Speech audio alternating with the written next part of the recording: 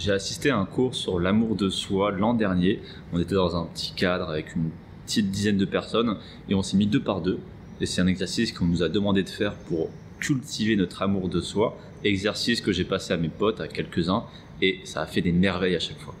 Cet exercice, c'est assez simple. Il suffit d'énumérer toutes les qualités ou tous les aspects de ta personne que tu kiffes. D'énumérer tout ce que tu aimes chez toi, que ce soit le corps, le physique, c'est la même chose, que ce soit la santé mentale, la santé physique, que ce soit tes qualités, ta perception de la vie, n'importe quoi, il suffit de tout énumérer, tout ce que tu aimes. Exemple. Ça claque pas ça? Ah oui, voilà, exemple. Qu'est-ce que j'aime chez moi? J'aime mon style vestimentaire, j'aime mes mains, j'aime mon cou, je kiffe mon cou, je kiffe ma barbe, je kiffe mes cheveux, je kiffe mes yeux, je kiffe mon apparence globale, j'adore mes pecs. Qu'est-ce que je kiffe d'autre? Je kiffe mes cuisses, ouais, vraiment gars, j'ai des belles cuisses.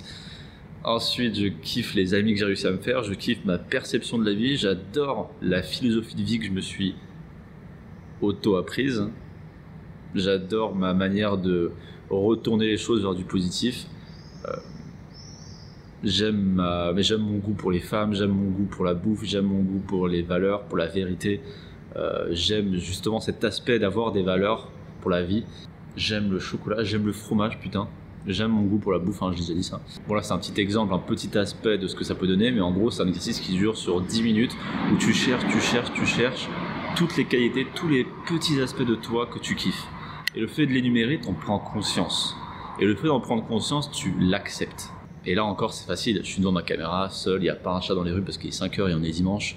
Mais quand tu es face à quelqu'un qui te regarde droit dans les yeux, là tu as la pression.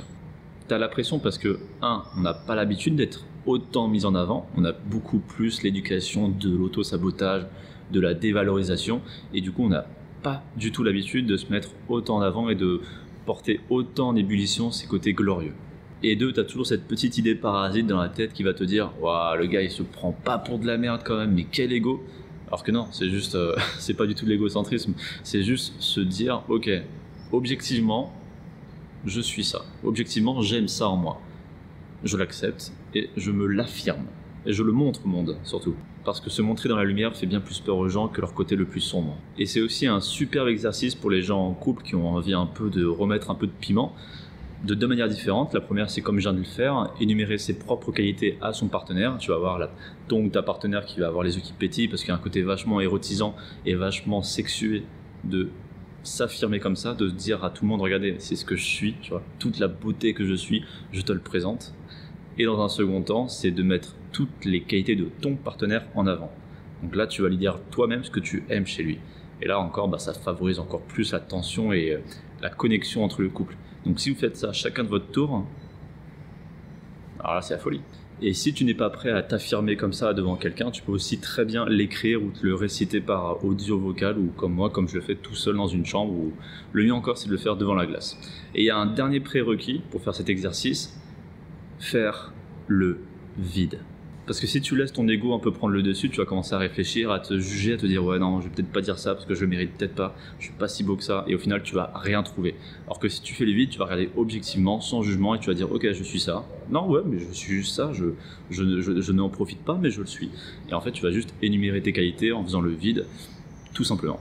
Faites le vide de tout jugement et de toute interprétation et acceptez simplement et honnêtement ce que vous êtes. Accepter d'être quelqu'un de bien, c'est la première étape.